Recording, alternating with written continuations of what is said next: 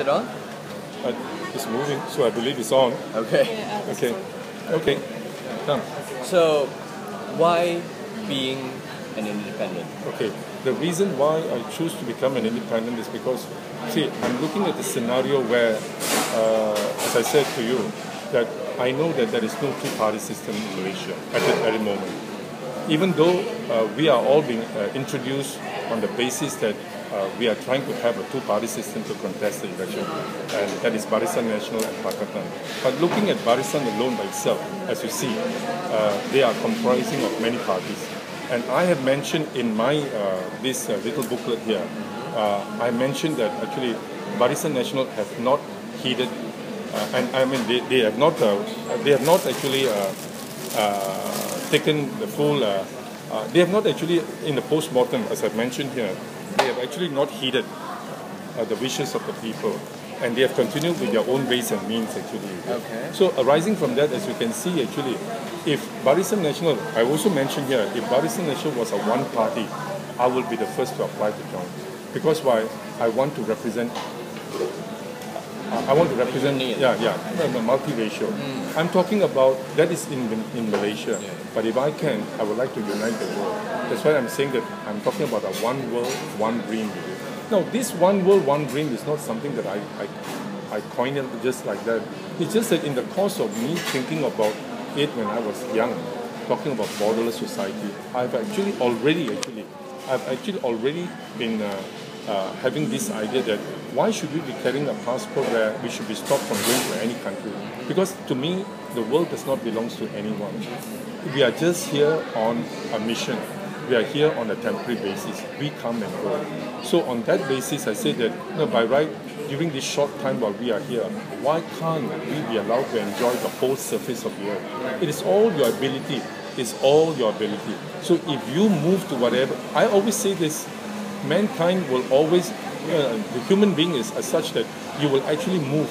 You will actually move to a place where you will feel comfortable, where you can actually find food, you can find shelter, and you find that it is comfortable for you to stay. And that's where you call it home.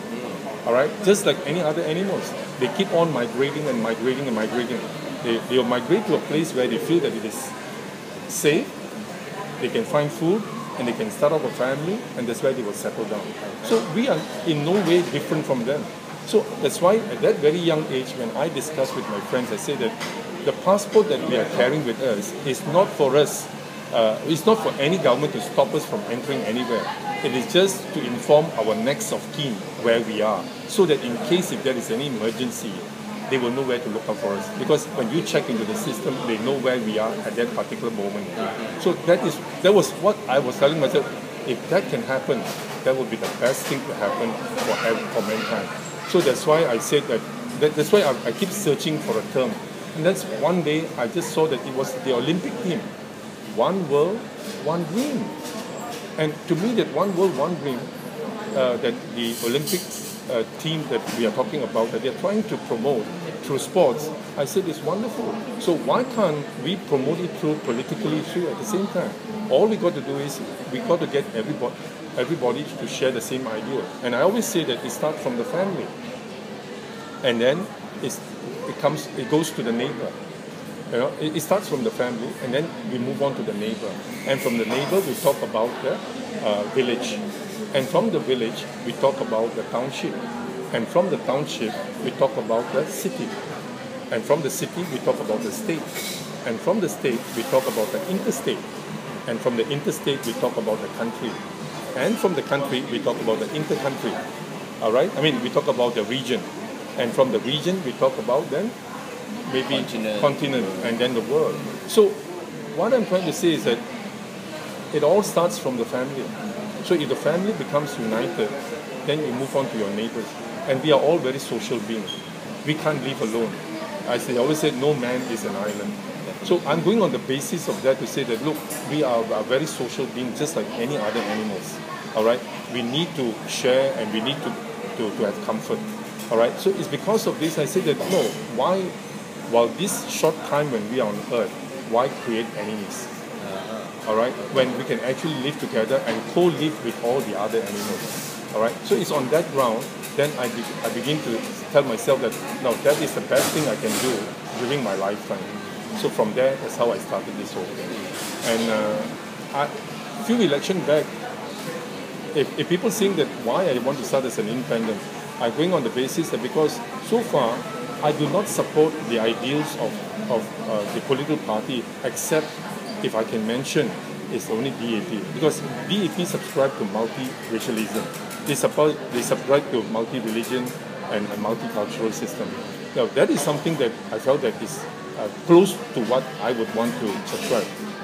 But at the same time, because you see, they have been always been labeled as chauvinists. They have been always talking the champion for the Chinese. But I don't think that's the case. But you see, if given the normal scenario right now, which Malay would, among the Malay community, why would they want to join DAP when they're getting all the benefits from Barisan Nasional, UMNO for that matter? So you can see that not many Malays of the early days would want to go and join DAP because of just that they want to promote a very ideal system. But now, with the Malays getting more affluent, with them more being knowledgeable right now, and they want to hold themselves in high esteem. So as a result, they are rebelling. So that's why they are coming up and they are willing to join DAP, or they are forming a new Pakatan, as I said. So all this happens, is it? But again, I'm saying that they are still not a two-party right now, because why not? They have not dropped their own party symbols. They have not dropped their own party, like UMNO, MCA, MIC, Gerakan, and all the other components within Barisan Nasional have not decided to drop off everything and form one party called Barisan Nasional. If they have done that, I would be the first to join. You know why? Because that would have quickened the mission for me to achieve the one Malaysia. And there will be equality between the races. Yes. It was so easy then for me to try to achieve, because if I can lead, then it's so much easier for me to realize my mission. And that is, I'm talking about the true one Malaysia. When I say true one Malaysia, I'm saying that we should be able to sit on the same table, we can dine, and we can respect each other's religion. You see, what we eat is not important. I always say it's not important, because why not? It's deep in our heart, how we think and how we feel. Because if food can cause us to have so much of problem, then I think it's hard to unite actually. You get what I'm trying to arrive at, Because I was told, I do not know whether it's true, but I was told in other Muslim countries, if they are Muslim, they may not actually eat pork, all right, but they can rear for commercial purposes. Now that is something that I've not done any research. When I heard that, I told myself, if I can get an answer to that, that would be one of the things that I will, in the course of me wanting to think of being able to unite the Malaysian, it is one of the issues, one of the topics that are good points that I'll be able to raise to my Malay counterparts. And that is to say that, look, the food we eat is not important. It's the thinking. It's how we've been brought up. That's why I stress so important that every Malaysian, every child should be given education or skill, for that matter, until adulthood. When I say adulthood or until tertiary level, the reason is because when anyone is being well equipped with knowledge, you are very matured. You will have a mind of your own. You'll be able to think well, and then you'll be able to have this respect for others. Once respect is being accorded to everyone, you can imagine that the world will be very peaceful. The reason why people are at war right now is because there is no respect for each other. There are differences. Yeah, there are differences. That differences are actually very small, but because there are always people who play it up. So when it is being played up, that's why people forget and they are blinded, and then they will go for a lot of unnecessary hardship and violence and all those, which you can see from the whole entire history of from the early days until now, that has been happening. I always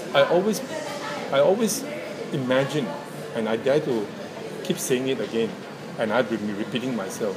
Religion of today is the politics of the yesteryears. I keep saying it. Why? Because in those days there were no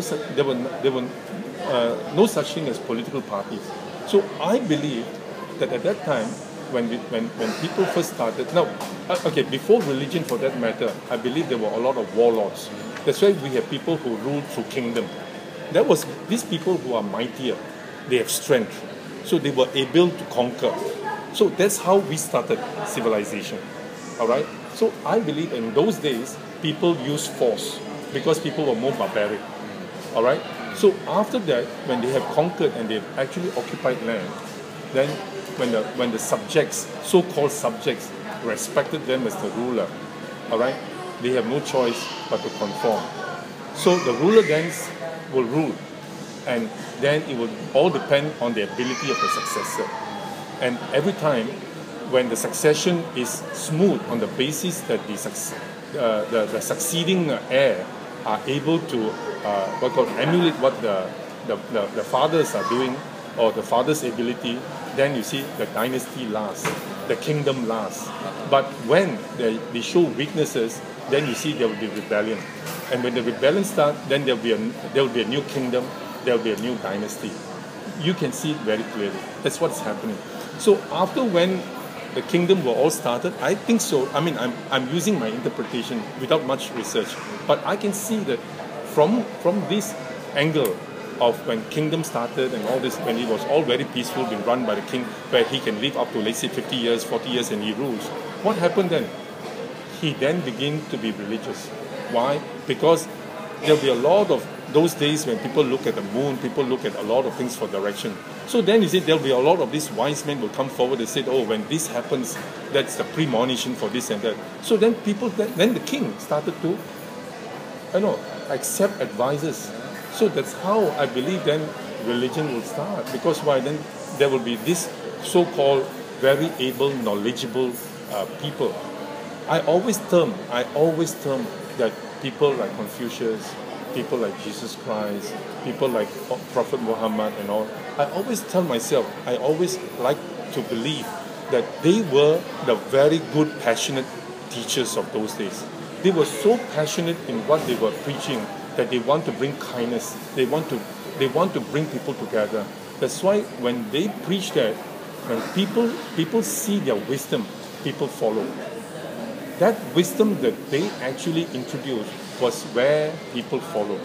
When people followed this wisdom of theirs, that's where you see they started having the followings. And these followings grew, and then it spread to other continents. And that's how religion, I believe, started. So your idealism is on the mutual understanding of different races, different religions. It can come together as a one. Yes. Because why? I say that there should be no issue for the simple reason, whatever you want to practice for that matter, I always say, we shall respect and we shall actually allow all individuals to practice it at home. That's why in my belief that if I were to be able to be given the chance to rule the country, I would say that religion should be left to the individual to practice, and all parties should respect the individual's belief and how they want to bring up the family. But if everybody can practice that and respect each other's religion, then I think there should be no war. There should be no radicals for that matter. No.